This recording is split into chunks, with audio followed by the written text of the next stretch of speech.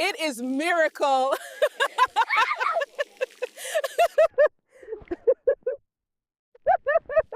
At the crown of San Francisco's Pacific Heights, where mansions clung to the hills like fortresses of glass and steel, one penthouse stood apart. It belonged to Richard Coleman, a 42-year-old tech billionaire whose algorithms had bent the world into new shapes and earned him headlines as the giant of Silicon Valley. From the outside, his 3,000-square-meter home gleamed like triumph carved in glass, every wall reflecting the brilliant California sun. But behind that gleam lived a silence no fortune could mask. Richard's twin sons, Ethan and Noah, barely 3 years old, had never walked a single step. Born prematurely, they carried a rare neurological condition that severed the brain's messages to their legs. Doctors across 4 continents, more than 14 of the best neurologists alive, had spoken with the same clinical finality: the boys would never walk. And just 6 months earlier, when the weight of that verdict grew too heavy, Richard's wife, Laura, the love of his youth, the heartbeat of the home, had slipped into despair and was gone. Now the twins had no mother, and Richard, for all his billions, found himself staring at 2 small wheelchairs, as if they were cages he could never unlock. By day, he remained the master of boardrooms, the CEO whose voice could shake markets. By night, he was only a man swallowed by loneliness, his wealth piled high around him like walls too cold to climb. 17 nannies and specialists had crossed the penthouse threshold in those 3 years, each carrying polished resumes and promises of progress. Yet, one by one, they left unable to bear the oppressive quiet or the children's vacant stares. Out of exhaustion more than hope, Richard posted one final listing, convinced no one worth hiring would even reply. That was when Emily Carter appeared. 26 years old, from New Mexico, her resume was so simple it seemed almost insulting. No medical background, no specialized training, just a handful of years with ordinary families in Albuquerque and a few unfinished education courses. On paper, she was the worst candidate of all. And yet, when Richard looked into her eyes across the interview table, something unexplainable stirred, a gentleness edged with resilience, as though she had walked through her own deserts and still chosen to carry light. Against all reason, he signed the contract. On a gray Monday morning, Emily crossed the glass threshold of the Coleman penthouse for the first time. She wore a plain beige sweater, chestnut hair tied neatly back her steps, quiet yet steady. Richard guided her into the twins' room, which looked less like a nursery and more like a hospital ward. Rehabilitation frames, cognitive screens, medical chairs built to hold bodies that could not hold themselves. Ethan and Noah sat slumped in their supports legs, hanging limp eyes dulled by routines that had never worked. Richard's instructions came out like a boardroom briefing medication: schedules, physical therapy positions, device calibrations. He spoke with the crispness of a man who had long replaced hope with procedure. But then he realized Emily wasn't writing anything down. She had already knelt before the boys, lowering herself to their eye level. She didn't ask about the regimen. She didn't even speak.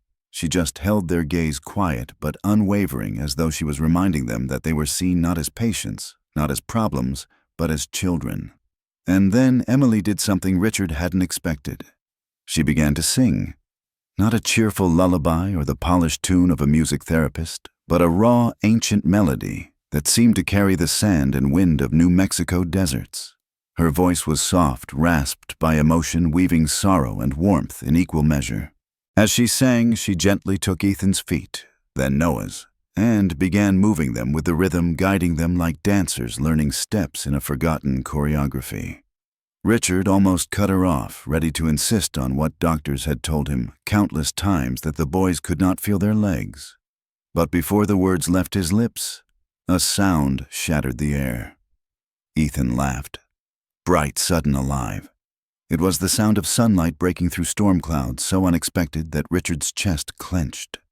And then Noah joined in, giggling with a wildness that seemed to fill every sterile corner of the room. The air, once ruled by machines and silence, now vibrated with life itself. Richard stood frozen, the memory of Laura's laughter with their children rushing back, a sound he thought had been buried with her. Yet here it was again, born in the hands of a young woman whose resume meant nothing and whose presence was about to mean everything. For 2 boys whom medical science had condemned to a lifetime of silence and stillness, Laughter became their first rebellion. Richard didn't yet grasp the meaning of it, but in that instant he knew one thing with bone-deep certainty. Emily Carter was not like anyone else who had ever crossed the threshold of his home. From that day forward, the penthouse no longer followed the rigid tick of prescribed exercises and sterile routines. Instead, Emily wove new rituals of her own invention, each one tinged with imagination rhythm and a kind of secret magic. Mealtime, once a battlefield of clinking spoons and hollow commands, transformed into a sensory feast. A wedge of apple became a silver moon hanging low over the desert. A spoonful of pumpkin soup was a tiny sun glowing inside your belly. Ethan and Noah didn't just swallow food anymore. They tasted, they smelled. They laughed, and for the first time they listened to stories that made their world bigger than the walls around them. Therapy became less about drills and more about dance. Emily rolled out a rug, tapped out gentle rhythms on a small hand drum, and guided the boys' legs to the beat, crafting what looked like a cosmic choreography played out in miniature. Noah, once a silent spectator, now clapped along, while Ethan surprised even himself by stringing together sounds that seemed almost like the beginnings of a song. Even bath time, long reduced to a cold ritual of hygiene, became a voyage. Under Emily's touch, the tub transformed into an ocean alive with adventure.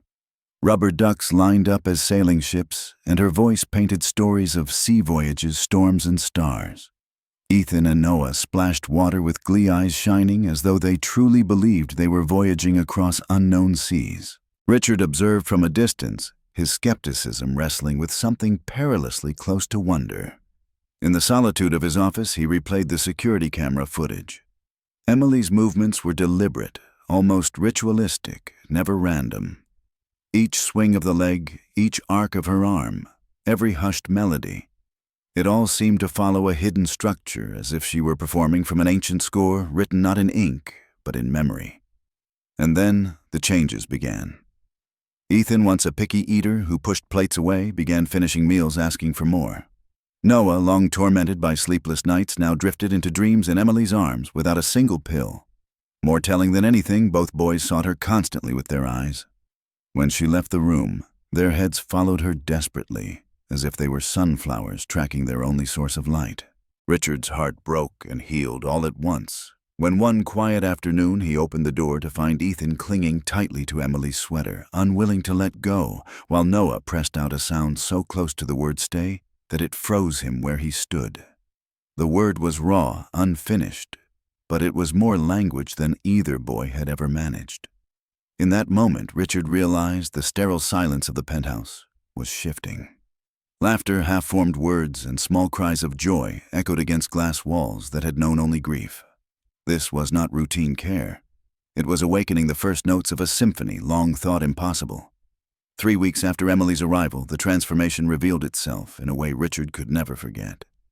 He returned home early one evening after a canceled video conference, expecting to slip unnoticed into his study. Instead, as he passed the kitchen, a sound arrested him. Something primal and urgent, a rhythm that pulsed like a heartbeat. Emily's voice rose over it, husky and haunting, and curiosity drew him closer on silent steps. What he saw through the doorway made his chest seize. Ethan and Noah were on the granite countertop, small hands held steady under Emily's arms, their thin legs moving. At first faint tremors, then bends at the knees. Then deliberate rhythmic taps like muscles waking from a long sleep. Emily's song soared, her voice vibrating through the air until the boys weren't just standing, they were bouncing gently to the beat. Noah tilted forward, trying to spring upward, while Ethan released a sound that carried the raw joy of a cheer.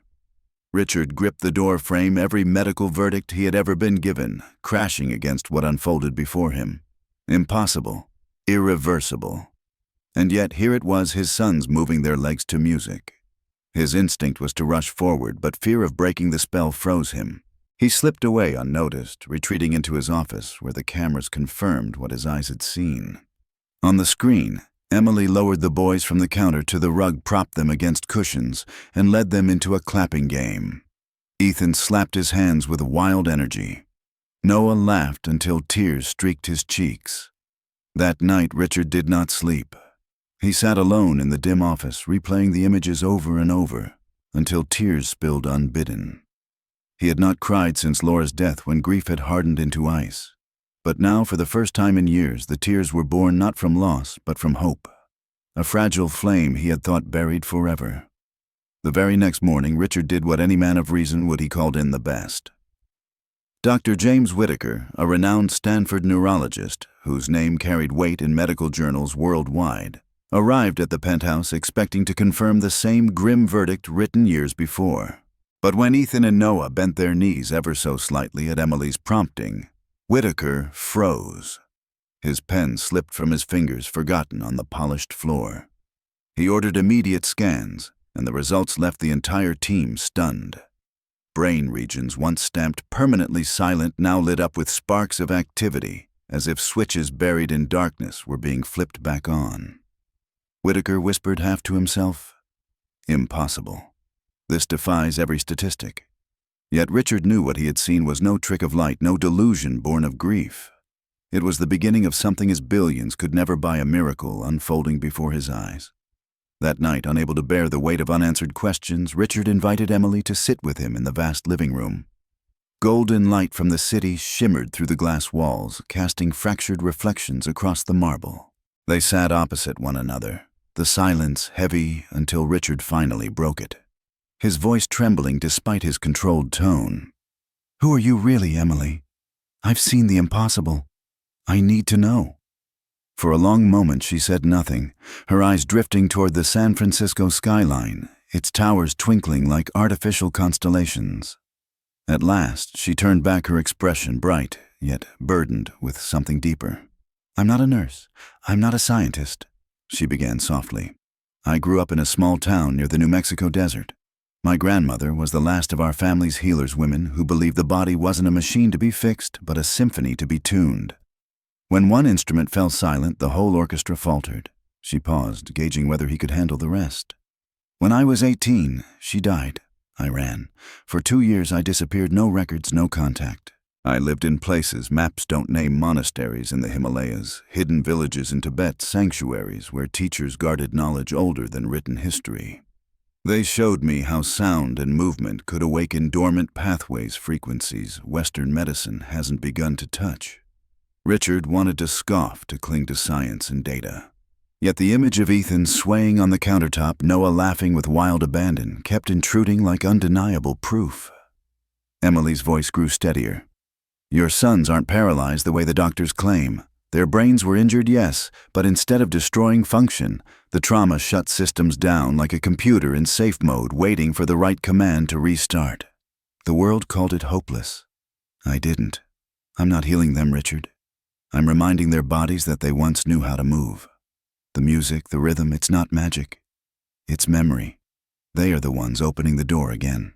Her words struck him harder than any quarterly report or boardroom confrontation ever had. For a man who measured life in data points and stock charts, it was disorienting to face a truth built on rhythm, belief, and love. But fate did not give him time to digest. That very night, a sound pierced the mansion's stillness, jolting Richard from restless sleep. It was not the whir of machines or a cry of discomfort. It was something different, a low thud, a hesitant rhythm like someone testing the edge of possibility. He and Emily rushed into the nursery, where moonlight spilled through thin curtains, painting the room in silver mist. Richard froze in the doorway. Ethan was standing inside his crib, his small fists clutching the wooden bars, thin legs trembling with effort.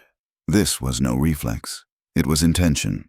Beside him, Noah's wide eyes burned with resolve before he too pulled himself upright, shaking violently, but refusing to let go. For years, Richard had dreamed of this vision, only to wake in despair. Dozens of doctors had pronounced that dream dead. Yet here it was, alive in the pale light of midnight.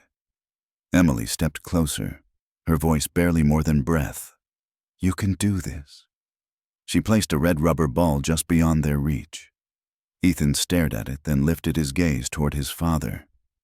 In those young blue eyes, Richard saw not fragility, but something primal and fierce determination untouched by verdicts. Ethan's chest rose in a trembling breath, his entire body bracing for something new. And then, with the slow, wavering courage of a pioneer stepping into uncharted land, he released his grip on the crib. His body wobbled, caught between collapse and triumph. Richard's arms twitched forward instinctively, but he held them back. This was Ethan's moment. The boy lifted his foot unsteady but deliberate and set it down ahead. A step. A real step. Laughter rang out from Ethan, sharp and bright, cutting through the night like a bell. It wasn't just sound, it was light, pure and defiant, flooding every corner of the nursery. Richard collapsed to his knees, his chest heaving, tears spilling freely, as though years of grief had finally found release. He pressed his trembling hands against his face, but the sobs pushed through unstoppable. His heart pounded in sync with the laughter, that long-forgotten melody of his sons now reborn. Beside Ethan, Noah's eyes blazed with a determination far beyond his years. He clutched his brother's hand, steadying himself, and with a visible shudder of resolve, lifted one foot. Together, side by side, they took clumsy, fragile steps into the silver glow of moonlight. To Richard, those steps were resurrection itself. He had wept for Laura when she died, his tears carved from despair. But these tears, hot insistent, were of life renewed, of hope, restored in the smallest, bravest feet. Emily stood close, silent, yet radiant, her eyes carrying an ancient certainty, as if she had always known this night would come. The twins stumbled forward, their broken cries swelling into half-formed cheers, and in Ethan's shaky call, Richard swore he heard a word. Dad. Just a whisper, unfinished and imperfect, yet powerful enough to pierce him deeper than any accolade, any fortune. His chest ached as though it might burst. There were no cameras, no doctors, no statistics to validate what had happened, only a father undone by love, a young woman bearing the weight of centuries-old knowledge, and two children whose laughter rose defiantly against the sorrow of the past. That night was not the end of a miracle. It was the beginning of a journey where limits shattered and faith rewrote itself, step by fragile step. In the days that followed, Ethan and Noah began taking more hesitant steps, each one a triumph. Richard tried to resume his corporate throne, still commanding boardrooms and meeting investors. But when the screens dimmed and the meetings ended, his mind returned only to the sound of Ethan's laughter, Emily's haunting songs, and two little legs bouncing to rhythm. He lingered at home, more often claiming remote work, though in truth, he was watching Emily. He noticed patterns. The songs she sang were not random, they cycled in precise frequencies. The motions she guided for the boys followed rhythms, repeating sequences that resembled mathematical codes. What looked like simple play was in fact a method, an intricate system alive within her. One evening, curiosity overcame him. After the twins drifted to sleep, Richard trailed Emily as she slipped quietly out of the penthouse in an old coat. She crossed the bay into Oakland, where the polished skyline gave way to broken streets. He followed her to an abandoned church, its walls cracked, its roof sagging yet alive with a strange glow. From inside came pounding rhythms, hands on wooden drums, feet stamping, palms clapping in unison. Richard pushed the door open and froze. Inside, 30 people of every age and walk of life formed a circle. At its center stood Emily, transformed. No longer the modest Nanny, she radiated like a priestess, her chestnut hair falling loose, her hands moving as though pulling threads that bound earth to sky. What Richard witnessed stunned him. A boy with cerebral palsy, bound to a wheelchair since birth, strained with every ounce of will. Slowly, his arm lifted. Just inches, yet in that room it felt like miles. The circle roared not in pity, but in triumph. The boy wept not tears of pain, but of victory. A woman with Parkinson's, whose hands had never stilled, suddenly clapped in perfect rhythm, her eyes wide with freedom. A war veteran, his face weathered with scars of battle and silence, sang. His voice cracked rough, but it shattered years of hollow quiet. When the song ended, he dropped to his knees, sobbing like a child rediscovering his soul. Richard's chest tightened. In that crumbling church without machines or white coats, he felt a force that defied charts and statistics, hope reborn through rhythm. The suffering in that room was not erased, but transfigured, reshaped into something luminous. When the gathering ended, the people embraced, their eyes shining as if infused with fire. Richard stepped back outside into the cool night, but Emily had already noticed him. She met him beneath a dim street lamp, her face calm, her tone weary, but not angry. "You shouldn't be here." Her words carried resignation, as if she had always known this confrontation would come. Richard's voice broke as he said, "Emily, what I saw, It was a miracle. She shook her head, sorrow softening her gaze. No, Richard. Not miracles. I only remind them they were never truly broken. But the world won't understand. They'll laugh, or worse, they'll destroy it. In that moment, Richard understood. Emily Carter was not simply the nanny who had made his children laugh again. She was a keeper of something ancient, a woman carrying the pain of the forgotten and turning it into light. And after what he had seen, Richard Coleman could never look at her or the world the same way again. The garden rose not from wealth alone, but from vision. Emily's touch shaped every corner. Pine floors so children's bare feet could feel warmth instead of cold. Stone gardens planted not for beauty, but for the invisible power of scent lavender to calm rosemary, to awaken mint, to cleanse. At the center, she designed the resonance chamber, a round shell-like hall where a single voice could echo and ripple as if across the ocean's surface. Ethan and Noah were the first to enter its circle. Within months, the boys who had once sat silent in wheelchairs were racing barefoot down corridors, hiding behind pillars, their laughter cascading through the arches like a hymn of triumph. Their recovery became the talk of the city. Journalists called it the miracle of San Francisco. Medical teams from Stanford, UCLA, even Harvard came with clipboards and scanners eager to chart what they witnessed. They spoke of accelerated neuroplasticity, multisensory stimulation, neural compensation, words to tame the wonder. But in quieter moments, even the most skeptical confessed they had seen something that numbers could not explain. The garden drew people from every direction. Families who had lost hope arrived in streams as if parched travelers stumbling toward a spring. And one by one, stories emerged like blossoms after a storm.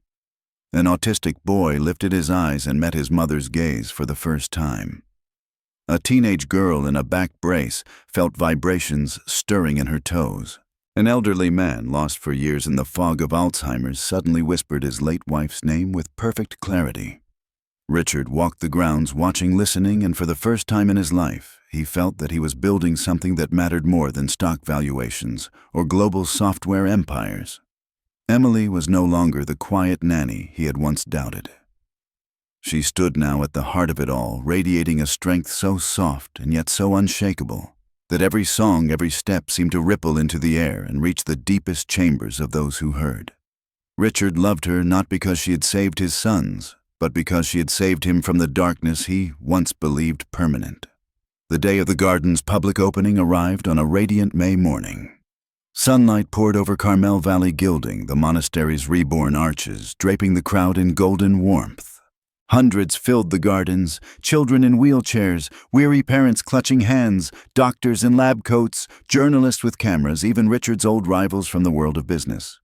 Richard himself stood humbly off to the side, dressed not in tailored suits, but in simple clothes, just another man among them, his heart swelling at the sight of so many faces turned upward in hope. When Emily stepped onto the stage, the noise dissolved into reverent silence. She wore a simple white dress, hair flowing loose, the sun haloing her shoulders. She spoke not in polished phrases, but in a gentle voice that carried straight to the soul. We are here today because no one is truly broken. We only need to be reminded that our bodies and souls know how to heal. Music, movement, and love are the keys. Then she invited the first witnesses of change. A boy once mute read a poem aloud, his voice cracking yet strong. A girl once confined to her chair took hesitant steps forward. An old man who had forgotten his daughter's name for years called it out clearly to the cheers of the crowd. Proof upon proof that the impossible had yielded. And then came the true climax. Ethan and Noah, hand in hand, scampered onto the stage. They looked at each other, then turned to the crowd and declared with clear, ringing voices, "We want Emily to be our new mom." Gasps, tears, and applause swept through the gathering. Richard stepped forward, compelled by necessity, not theater. Before all, he dropped to his knees, not to lower himself, but to meet her as an equal. In his hand was no diamond ring, but a plain silver band engraved with Sanskrit, "From darkness to light." His voice trembled, but carried new clarity. "Emily, I walked through my darkness. I have learned that strength is not wealth, but love. Today I bring you no burden, only the light I found because of you. Stay with me not as an employee, but as the woman who brought me back to life and as the mother of this family." Emily's eyes filled no longer with fear of pain, but with a hope she had never dared believe. She nodded. Richard slid the silver band onto her finger, and the crowd erupted. Ethan and Noah leapt forward, wrapping themselves around both of them, their laughter rising like bells. In that instant, the Garden of Possibilities ceased to be only a center of healing. It became a home, a sanctuary of love, where miracles were no longer whispered rumors but living truths. And for Richard, who once thought himself a master of algorithms, the real code of life was revealed not in numbers, but in two small boys, a woman with a gift, and the unbreakable rhythm of love. 5 years later, the Garden of Possibilities had outgrown its stone walls in Carmel Valley. What began as a single sanctuary was now a movement that spanned the United States, then rippled outward into South America and Europe. Experts labeled it the Coleman-Ruiz model, a fusion of modern neuroscience with healing through sound rhythm and community. But for Richard, none of the reports or headlines mattered. To him, the garden was never a model, never a statistic. It was home. It was the place where he had found his sons again, where he had found love, where he had found himself. Ethan and Noah, now 8 years old, bore no trace of the shadows that once bound them. Ethan had become a fiery little athlete, sprinting down soccer fields on the same legs doctors had pronounced forever paralyzed. Noah had discovered his voice in music, often perched on a small cajon drum, tapping out flamenco jazz rhythms that lit up every room with joy. And then there was Isabel, the miracle within the miracle. Born 2 years into Richard and Emily's marriage, she carried her mother's rare gift. At 3 years old, her eyes sparkled with uncanny awareness. She didn't just hear music, she saw it. She spoke of colors shimmering around people, the hues of their emotions. And when her tiny hand rested on the shoulder of a crying child, sobs quieted, replaced by a calm no one could explain. At the garden's 5-year anniversary, the Coleman family stood together for a photograph. Gone was the cold CEO in Armani suits. Richard wore simple jeans and a shirt, his arm wrapped around Emily as she cradled Isabel. Ethan and Noah stood behind them, making goofy faces, their laughter spilling into the air like bells. Around them, dozens of children of every background played together without boundary or fear. In that photo, there were no wheelchairs, no labels, no differences, only joy, but only belonging. On the garden's main wall, a mural painted by Ethan, Noah, and their friends stretched wide, children on crutches in wheelchairs and running free, all hand in hand in a great circle of dance. Beneath it, in Noah's crooked but determined scrawl, were the words, "Here no one is broken. We're just learning different dance steps." That evening, after the crowd had gone and lanterns glowed soft across the garden paths, Richard wandered alone beneath the arches. He let memory wash over him, the cold silence of his penthouse, the hopeless verdicts the night he first heard Emily's voice, lifting 2 frail boys into laughter. His chest tightened with gratitude. If he hadn't chosen to believe, if he hadn't let her step across that glass threshold, everything might have been lost. Emily came quietly from the house, wrapping her arms around him. "What are you thinking?" she whispered. Richard's smile was tender, his eyes damp. "Just that miracles don't always fall from the sky. Sometimes they come from the hands of someone brave enough to believe the impossible." Emily rested her head against his shoulder, and no more words were needed. The answers lived in the laughter of children echoing through the halls, in the songs vibrating through the resonance chamber, in every shaky step taken by those once called hopeless. The Garden of Possibilities was never an ending. It was the beginning of an endless journey where miracles bloomed from the simplest things. A hand extended, a story shared, a note sung in the right rhythm. And so their story went on, carried by light, by love, and by the unshakable rhythm of hope.